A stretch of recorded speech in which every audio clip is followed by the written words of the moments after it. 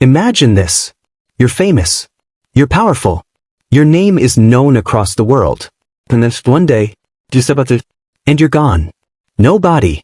No goodbye. No confirmed last words. Just silence.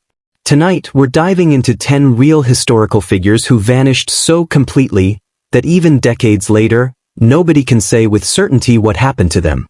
Some disappeared in war zones, where truth was buried under rubble. Some vanished at sea, where the ocean keeps secrets better than any government.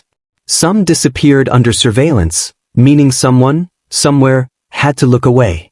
Some disappeared from locked rooms, in front of witnesses, as if reality itself blinked. But here's what makes these cases terrifying. When someone vanishes without a trace, history doesn't just lose a person. History loses the truth. Because the moment a famous person disappears, the world fills the vacuum with theories. And sometimes, those theories are more dangerous than the disappearance itself. Because our first story begins with a name so legendary that even today, there are people who believe he didn't die.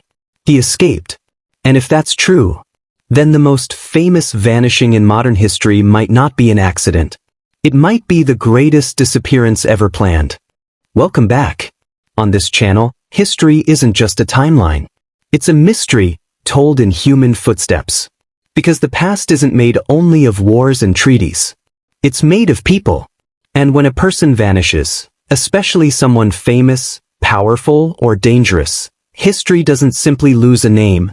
It loses an answer. Tonight's episode is a journey through 10 real disappearances, cases where investigators searched, governments got involved, witnesses swore they saw something, and yet, the truth slipped away. Some of these stories have official theories. Some have multiple competing explanations. Some were buried by war, propaganda, or politics. And some remain so strange that even historians admit the case still feels unfinished. But here's the rule we'll follow. No wild fantasies. We'll separate what's confirmed from what's suspected from what's myth. And as we move through each disappearance, one pattern will start to emerge. When someone disappears without a trace, it usually means one of three things happened. They died in a place that destroys evidence. They were taken by people who knew how to erase a trail. They chose to vanish. And our first case is the one that still sends chills through history, because it involves a powerful man who faced the end, and then allegedly stepped into the shadows. A man whose disappearance became a global legend, Adolf Hitler. Because the question that haunted the world for decades wasn't only, did he die? It was, what if he got away? Why famous people vanish, and why the truth becomes hard to retrieve. Before we step into the first disappearance, we need to understand something chilling about history. When an ordinary person goes missing, it's tragic. But when a famous person vanishes, it becomes a global event. Because fame creates witnesses. Power creates enemies. And enemies create motive. And the more important the person is, the more useful their disappearance becomes. Useful for propaganda. Useful for revenge. Useful for myths. Useful for rewriting the past. That's why the disappearance of a famous figure is never just a missing person case. It's a battle over reality. Because when someone disappears without a trace, three forces immediately collide. Investigators chase evidence. The public demands answers. And political powers rush to control the narrative. And in that collision, truth often breaks. Not because people don't look hard enough, but because the modern world, especially in war, espionage, and political collapse, is designed to erase trails. Think about the kinds of places where famous people vanish. War zones, where buildings collapse, bodies burn, and records are destroyed. Oceans, where evidence is swallowed forever. Dictatorships, where lies are official policy. Revolutions, where chaos eats documentation. And intelligence operations, where disappearance is a tool, not an accident. Now add one more factor. The moment someone famous disappears, rumor becomes an industry. People want to believe the story that feels most satisfying. If the person was evil, some want them punished. If the person was heroic, some want them alive. If the person was mysterious, some want the mystery to stay open forever.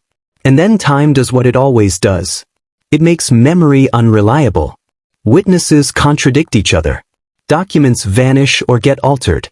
New governments rewrite archives. And the story becomes so tangled that even professionals can't separate the original facts from decades of distortion. So when we say someone vanished and was never found, we're not always saying nobody searched. We're saying the case reached a point where the truth became unreachable. Because the truth requires something fragile. A body. A verified location. A confirmed timeline. A chain of evidence that survives politics. And those things are often the first casualties. That's why tonight's list isn't just about mystery. It's about moments when history lost control of the narrative. And when the narrative is lost, the most dangerous thing happens. The missing person becomes a symbol. A symbol people can use. A symbol people can weaponize. Sometimes, a symbol people can hide behind. Now, let's begin with the most infamous disappearance rumor of all time. A man who allegedly died in a bunker, while an empire collapsed above him. And yet, despite evidence, testimonies, and decades of investigation, there are still people who believe he escaped. Not because they have proof, but because the idea is terrifyingly possible in a world full of chaos. Because when a regime collapses, the smoke is thick enough for monsters to slip away. And the first story begins in April 1945. Berlin is burning.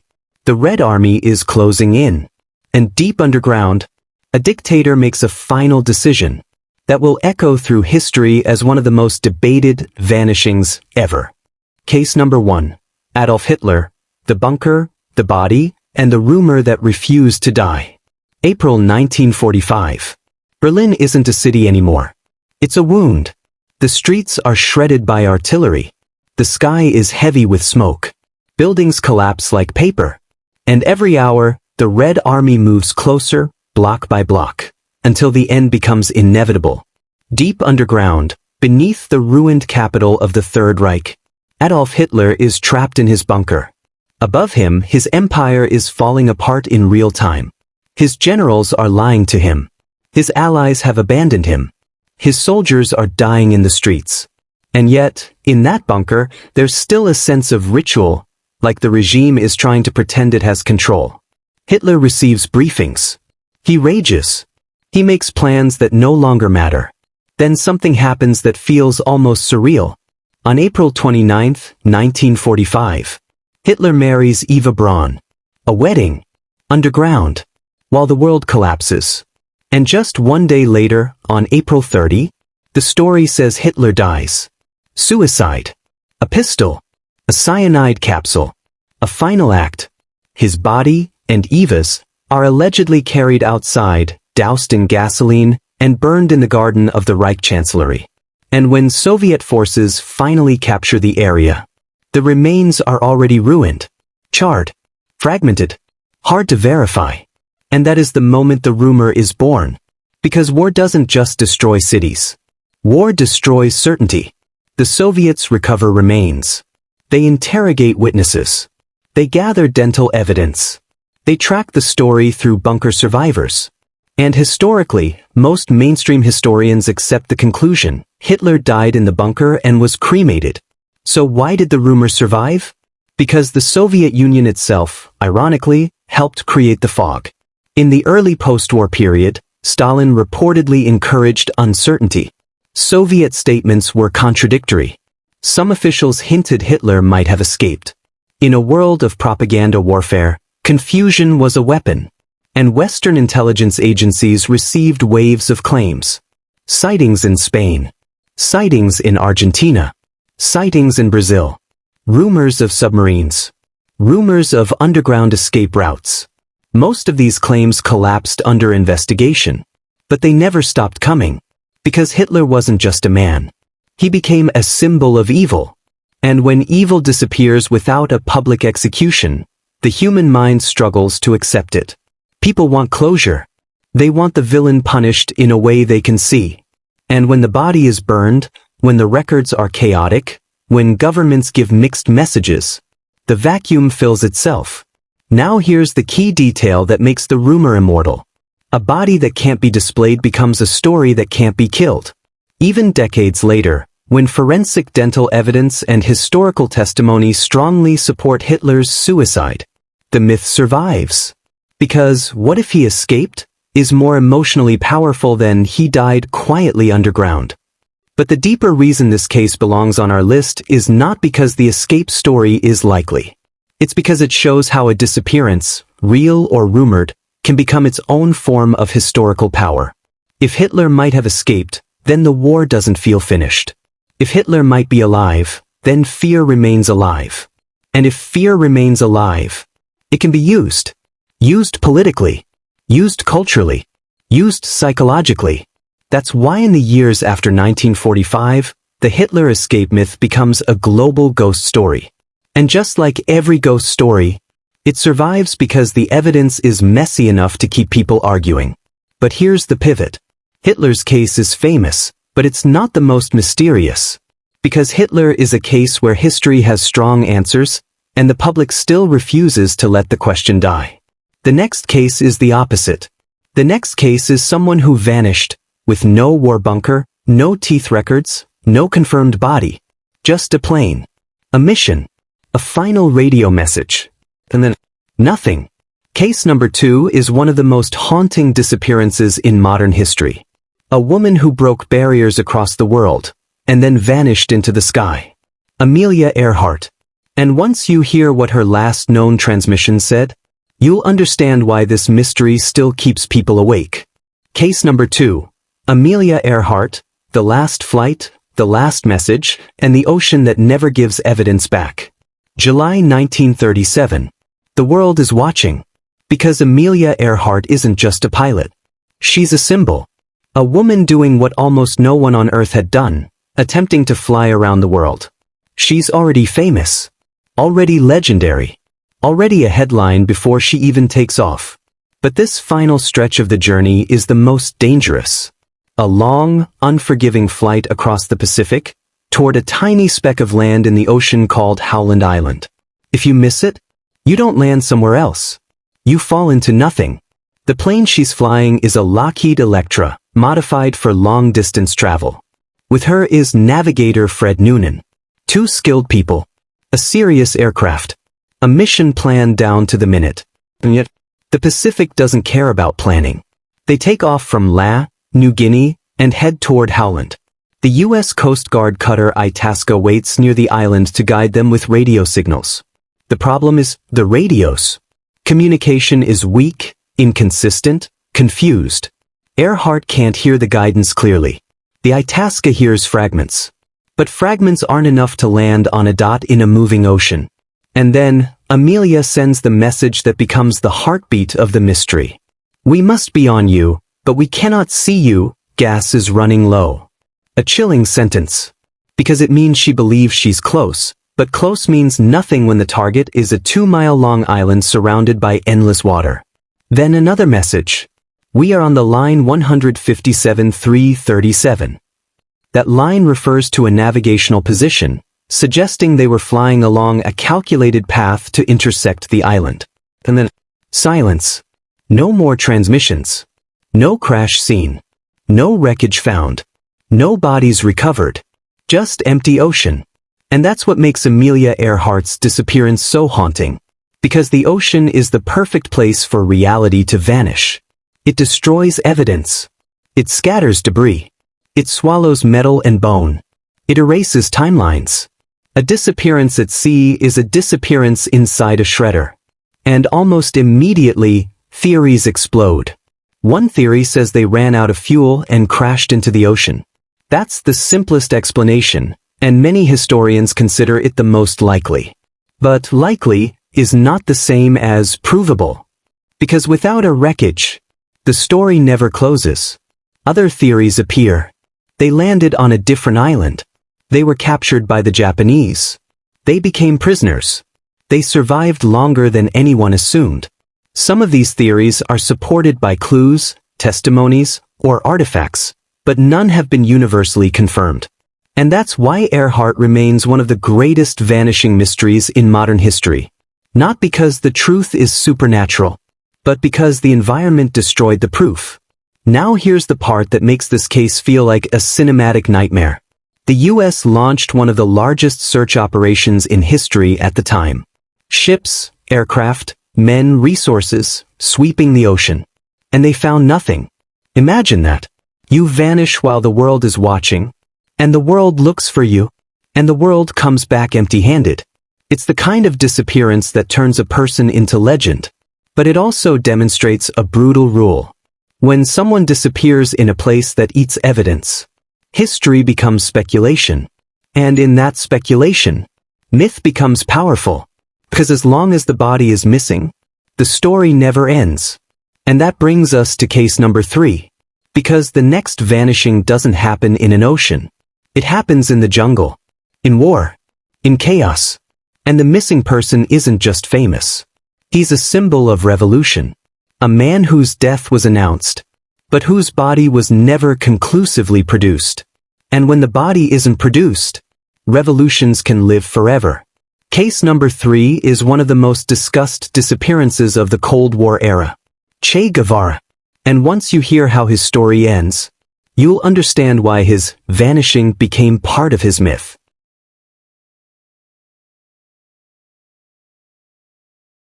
Case number 3. Che Guevara, the execution, the missing body, and the legend that outlived the evidence. October 1967. Bolivia. The jungle doesn't feel like a battlefield the way people imagine war. It's quieter. It's humid. It's suffocating. And the deeper you go, the more the world seems to disappear behind you. This is where Ernesto Che Guevara, the revolutionary icon of Cuba, finds himself in the final chapter of his life. Che had become more than a soldier. He was a symbol. To some, he was the face of liberation. To others, the face of insurgency and chaos. To governments across Latin America and beyond, he was a threat that needed to be extinguished. He left Cuba to ignite revolutions elsewhere, first in Africa, then in South America. But Bolivia wasn't what he expected. His guerrilla campaign was struggling. Local support was weak. Supplies were scarce. Communication was collapsing. And the Bolivian military, trained and supported by US intelligence, was hunting him through terrain that gave him no mercy. Then, in the village of La Higuera, the hunt ends. Che is captured. Alive. Wounded. Exhausted. And suddenly, the question isn't whether he'll be caught. The question is what a government does with a man whose very existence inspires rebellion. Because if Che goes to trial, the trial becomes a platform. If Che survives, the movement survives. So the authorities make a decision. Che is executed. And at first glance, that sounds like a closed case. But then the story twists. Because what you would expect after an execution is simple. A body. A grave. A confirmation. Instead, the body becomes a political object. Photos are taken, Che's corpse displayed like proof. Journalists see him. Witnesses describe the scene. But afterward, his remains vanish. He is buried in secret. The location is not announced. The details are confused. And for years, decades, people argue over where his body really was. Why does that matter? Because revolutions run on symbols. And if the symbol's body is missing, the symbol becomes immortal. It creates space for theories. Was he secretly moved? Was he buried in an unmarked grave? Was the body destroyed? Did authorities hide the location to prevent a martyr site? And the more confusion there is, the more myth grows. Che becomes a ghost that can't be pinned down. His face goes everywhere.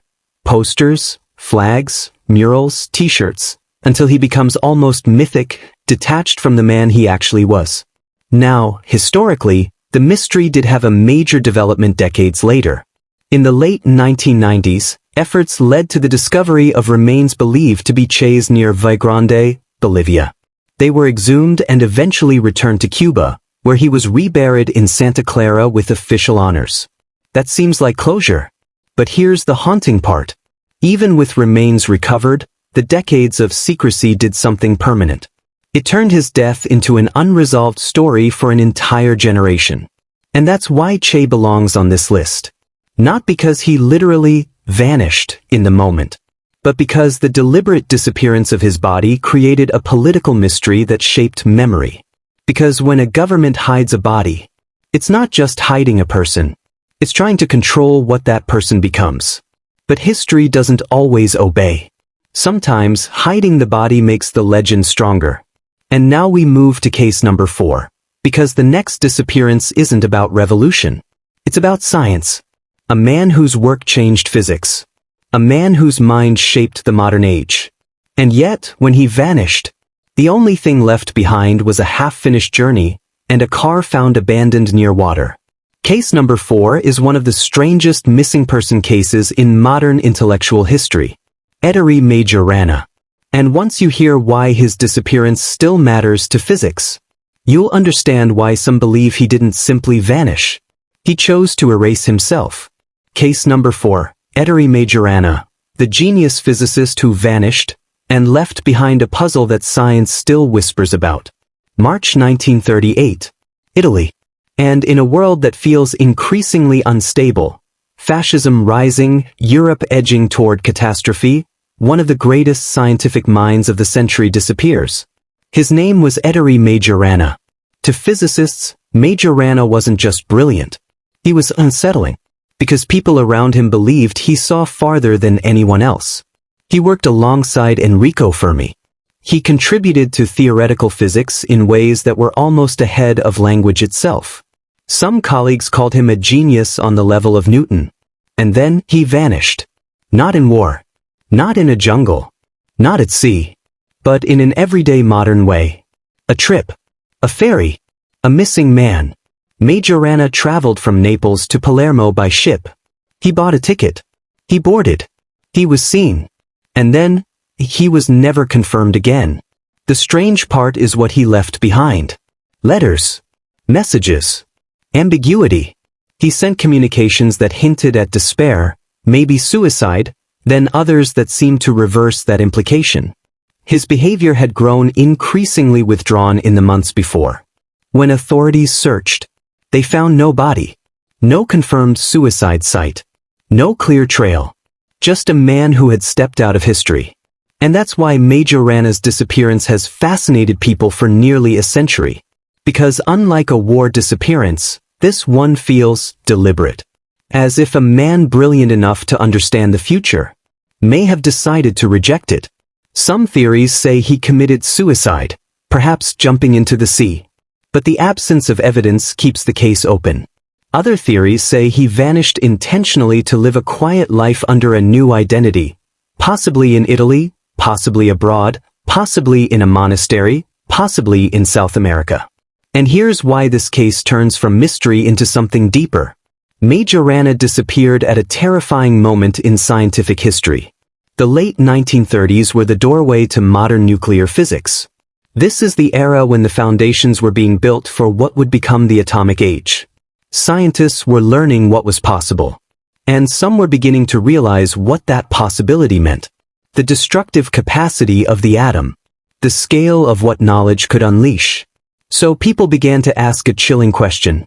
Did Majorana see something coming? Did he realize what physics would soon be used for, and choose to walk away? We can't prove that. But the timing is haunting.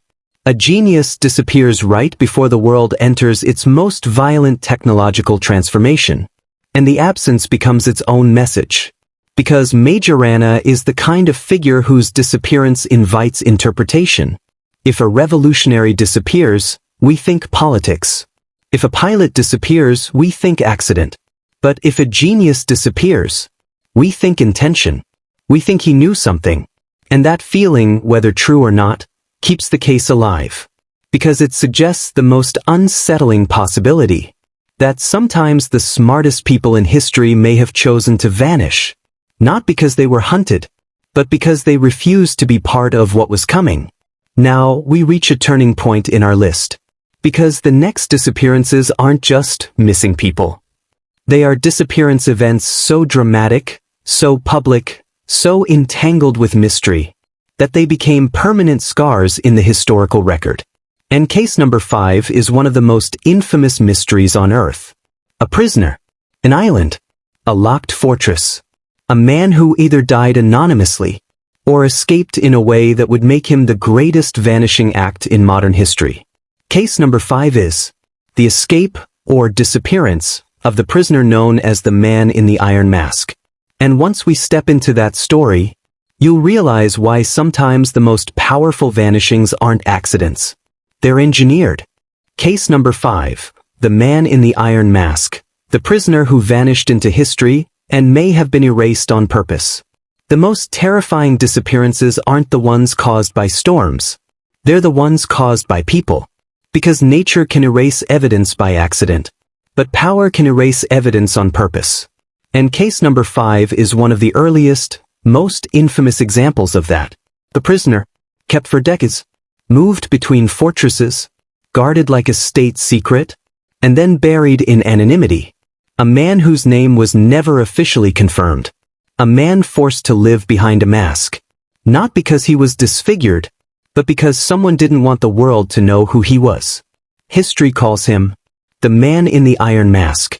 The story begins in 17th century France, an era of absolute monarchy, court intrigue, and royal paranoia. At this time, the King of France isn't just a political leader. He's the state itself. And if the state fears you, it doesn't just imprison you. It erases you. The prisoner appears in historical records under a chain of guarded transfers, held at places like Pignerol, and later under the watch of a jailer named Benign d'Auvergne de Saint-Mars, who becomes almost inseparable from the prisoner's story. And every time the prisoner is moved, the secrecy moves with him. The prisoner is not treated like an ordinary criminal. He's treated like a political danger. Someone who, if recognized, could create scandal, or even destabilize the throne. The legend of the mask grows because of what witnesses claimed. That the prisoner's face was covered, sometimes described as a velvet mask, later mythologized into iron. And here's what makes this case different from most vanishings. This prisoner didn't escape on record. He didn't vanish into fog. He vanished into bureaucracy, into deliberate anonymity. When he dies in the Bastille in 1703, he is buried under a false name. His belongings are destroyed. His cell is scrubbed. It's like the state is sweeping away the footprint of his existence. And that raises the question that has haunted this case for centuries. Who was he? Theories range from plausible to wild. Some said he was a disgraced noble. Some said he was a high-ranking political prisoner. Some claimed he was the king's twin brother, an alternate heir who had to be hidden to prevent a civil war. That twin theory is the one that turned the legend into fire, especially after writers like Alexandre Dumas transformed it into dramatic fiction. But even historians who reject the twin theory admit something important. The prisoner was considered significant enough to justify extreme secrecy. That alone makes him an engineered disappearance. Because in this case, the state didn't just want him locked away. The state wanted him unknown. And this is where the twist lands. A disappearance doesn't require a missing body. It only requires a missing identity. If you can remove a person's name from the record, you can remove them from history. And sometimes, that's more powerful than killing them. Because a dead man can become a martyr. But an erased man becomes nothing. Now, case number 5 is ancient and wrapped in myth, but it introduces a critical pattern. Power doesn't always make people disappear by violence. Power makes people disappear by control. And that brings us into the modern era, where disappearances become even more chilling, because modern life should make it harder to vanish. Cameras, passports, records, orders, witnesses. And yet, case number 6 proves that even in the modern world, someone can vanish so cleanly, it feels like the earth swallowed them. Case number 6 is a disappearance that still leaves investigators stunned. A man who hijacked a plane, took ransom money, jumped into a storm, and was never found. Not his body, not his parachute, not his bones. Just a legend with a name that sounds like a code. D.B. Cooper. And once you hear how impossible his escape was, you'll understand why some believe he died instantly, and others believe he pulled off the cleanest vanishing act in American history. Case number 6, D.B. Cooper, the skyjacker who vanished into a storm and never came back. Thanksgiving Eve, 1971. It's the kind of day where America feels routine. Airports are busy. Families are traveling. People are thinking about dinner, not danger. That's what makes the next part feel unreal. A man checks in at Portland International Airport. He's calm. He's polite. He looks ordinary. He gives his name as Dan Cooper. He buys a ticket for a short flight to Seattle. Then he sits down and waits. A flight attendant approaches, and Cooper hands her a note. She assumes it's a phone number. Something flirtatious. Until she reads it. I have a bomb. Cooper opens his briefcase just enough for her to see what looks like explosives. Wires, red cylinders, a device that could tear the aircraft apart. And suddenly, the entire flight becomes a hostage situation. But Cooper isn't screaming. He isn't panicking. He's professional. He makes demands. $200,000 in cash. For parachutes. A fuel truck on arrival. No heroics. No tricks. He warns that if his demands aren't met, people will die. The plane lands in Seattle. Authorities comply. They deliver the money and parachutes. Cooper releases the passengers. And now, the situation becomes something else. Because instead of escaping on the ground, he takes the plane back into the sky. He orders the crew to fly south toward Mexico at low altitude. Night falls. The cabin is dim. The wind outside is violent. A storm is moving through the northwest. And somewhere over dark forests and rain, D.B. Cooper opens the rear stairs of the Boeing 727 and jumps. He leaps into freezing night air with a bag of cash strapped to him. No one sees where he lands. No one hears him hit the ground. No distress signal. No confirmed trace. Just gone. Now, historically, this case should not be a mystery. Because if you jump from a plane at night, in a storm, over wilderness, you should die. That's what logic says. But here's why D.B. Cooper became immortal. Because search teams found almost nothing. No body. No parachute. No gear. No clear trail. Only years later, a small portion of the ransom money was found near the Columbia River, bundles of decayed bills buried in sand. And that discovery made the mystery worse. Because it confirmed he jumped, but didn't confirm he died. It created two competing realities. Reality number one. Cooper died on impact, and the wilderness swallowed everything. Reality number two. Cooper survived, and vanished into normal life. And the second possibility is what makes this story terrifying. Because if he survived, it means someone pulled off the perfect disappearance in modern America. No passport trick. No foreign escape route. Just a clean, surgical vanishing act. And the FBI hunted him for decades. Suspects were investigated. Names were floated. Faces reconstructed. The case became one of the most famous unsolved mysteries in American history. But no one was ever charged. No one was proven. And Cooper became a myth inside the machine. The man who beat the system. And here's the deeper reason this case belongs in our list. It proves that in the modern world, disappearing isn't always about being kidnapped or murdered. Sometimes it's about exploiting the gaps. The gaps in geography. The gaps in weather. The gaps in surveillance. The gaps in what we assume is trackable. Because even with radar, even with investigators, there are still places where the earth can swallow a person. And now we move to case number 7. Because the next disappearance isn't about crime or revolution. It's about a man who walked out of public life and then vanished completely, despite being one of the most important inventors in American history. A man whose work transformed energy and industry. A man who knew secrets worth fortunes. And when he disappeared, it looked like a routine trip, until it became something else. Case number 7 is the disappearance of Louis Le Prince, the forgotten inventor of motion pictures. And if his disappearance wasn't an accident, then the birth of cinema might be tied to one of the most suspicious vanishings of the modern era. Case number 7. Louis Le Prince, the inventor who vanished, and left behind a question that changed entertainment history. In history, there are some disappearances that feel random, and others that feel useful. Because sometimes when a person disappears, someone else benefits. Case number 7 begins with a man most people have never heard of. But if he had lived, his name might be as famous as Edison. His name was Louis Le Prince. And in the late 1800s, Le Prince was working on something that would change human civilization. Motion pictures. Not photography. Not moving images as a novelty. Actual filmed motion, capturing life and replaying it like time itself could be stored. Le Prince built cameras. He shot short sequences. He demonstrated moving images. He was preparing to go public. And that is the moment his story becomes a disappearance.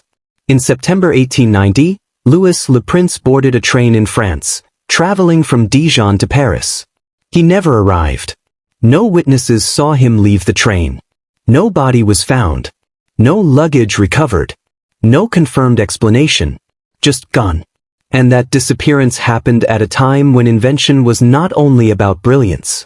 It was about ownership, patents, claims, credit. Because the motion picture industry would become enormous.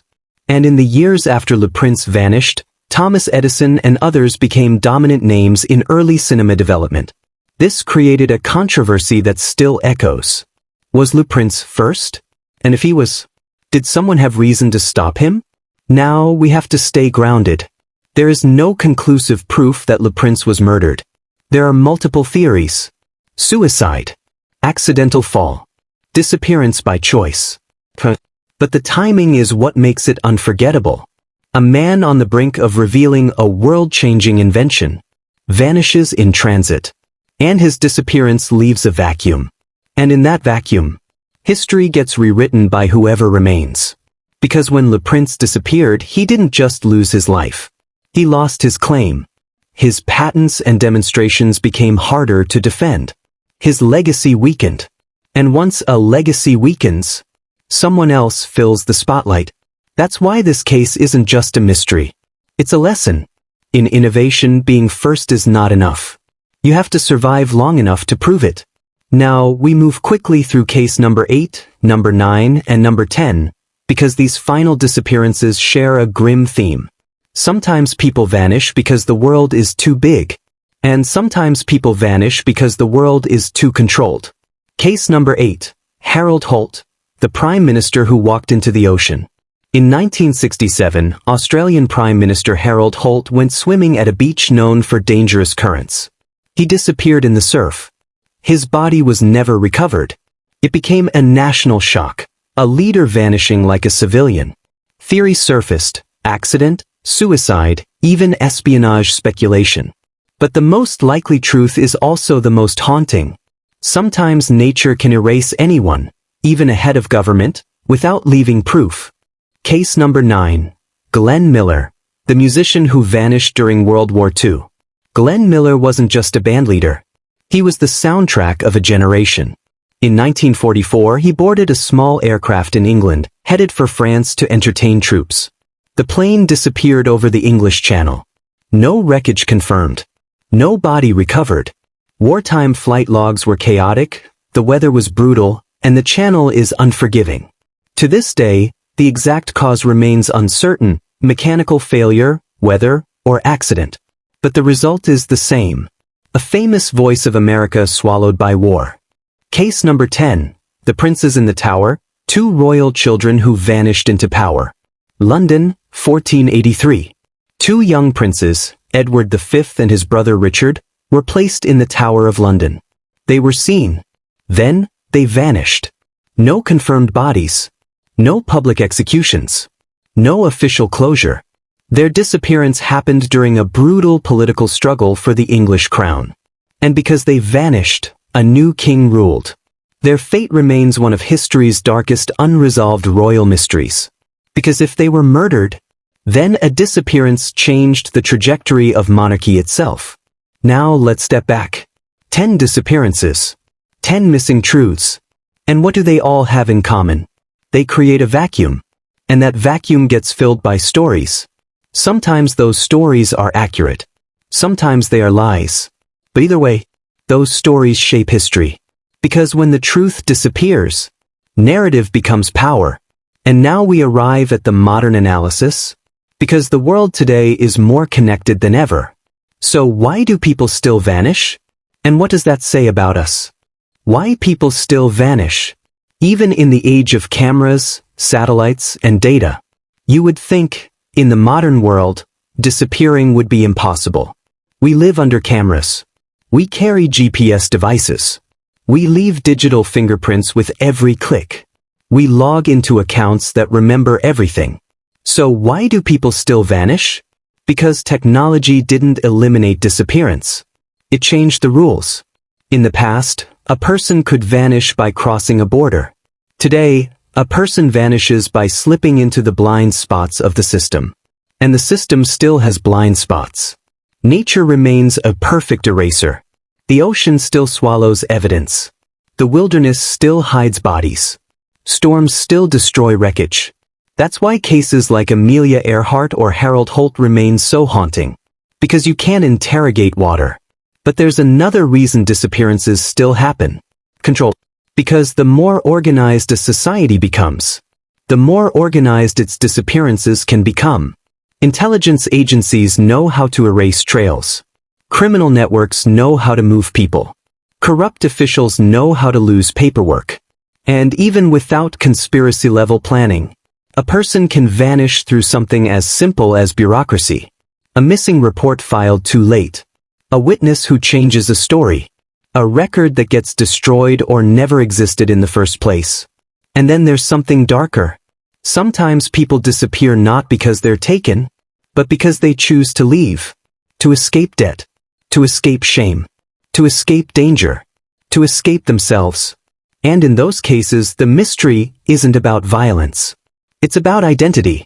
A person becomes someone else. And the world never knows. That's why disappearance stories are so addictive. Because they expose the one thing humans fear most. A life can be erased without a conclusion.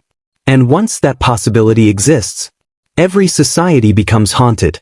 Now here's the key lesson of this episode. Disappearances are not just missing person cases. They are narrative events. Because the moment someone disappears, the story belongs to whoever controls the explanation. Governments can shape the story. Media can reshape the story. Families can cling to the story. Conspiracy communities can weaponize the story. And over time, the missing person becomes less real and more symbolic. Like Hitler, where belief becomes a mirror of human fear. Like the Iron Mask, where identity becomes a weapon. Like D.B. Cooper, where a gap becomes a legend. Like the princes in the tower, where silence becomes power. So the modern takeaway isn't just, people vanish. When truth vanishes, history becomes negotiable. And in an age of misinformation, negotiable history is a battlefield. That's why we tell these stories. Not to romanticize them, but to understand how fragile certainty really is. Because if the world can lose someone famous, it can lose anyone. And the scariest part? Sometimes, it doesn't even need to try. If you made it this far, then you understand why these stories never die. Because a disappearance isn't just a mystery. It's a fracture. A crack in the timeline where truth should be. And once that crack exists, people will pour stories into it forever. Some of those stories are careful, evidence-based investigations. Others are myths designed to soothe fear or amplify it. But either way, the world can't stand an unanswered ending. So if you want more long-form, cinematic history stories, real events told like suspenseful documentaries, subscribe. Because this channel isn't about fast facts. It's about the hidden layers of history, the moments where certainty breaks, and the past becomes a puzzle. And the next episode is even darker. Because we're diving into the most disturbing unsolved deaths in history, cases where the body was found, but the truth was never recovered. Deaths surrounded by secrets, cover-ups, missing evidence, and witnesses who never spoke again. These aren't just mysteries. They're warnings. Because sometimes, a vanishing isn't the scariest ending. Sometimes the scariest ending is when the body is there, and the truth still disappears. There's a reason disappearance stories stay with us. Because they trigger the oldest fear in the human brain. that a life can end without an ending. No closure, no proof, no final page, just absence. And when someone famous disappears, the world doesn't just lose a person. It loses control. Because history is supposed to feel stable. History is supposed to feel documented. But disappearances reveal something frightening. The past can still have holes. And those holes can never be filled. Not completely. That's why these stories aren't only about the missing. They're about the living. They're about how we react when reality refuses to give an answer. Do we follow evidence, even when it's unsatisfying? Or do we chase the story that feels right, even when it's wrong? Because the moment we choose feeling over proof, we don't just lose the missing person. We lose the truth. So tonight, when you turn off the screen, remember this. Somewhere in history, there are names that ended in silence. And the world kept moving. And that means something terrifyingly simple. If history can forget the disappeared, it can forget anyone. Sometimes, the only thing left behind isn't evidence. It's a question. A question that never stops asking itself. What really happened?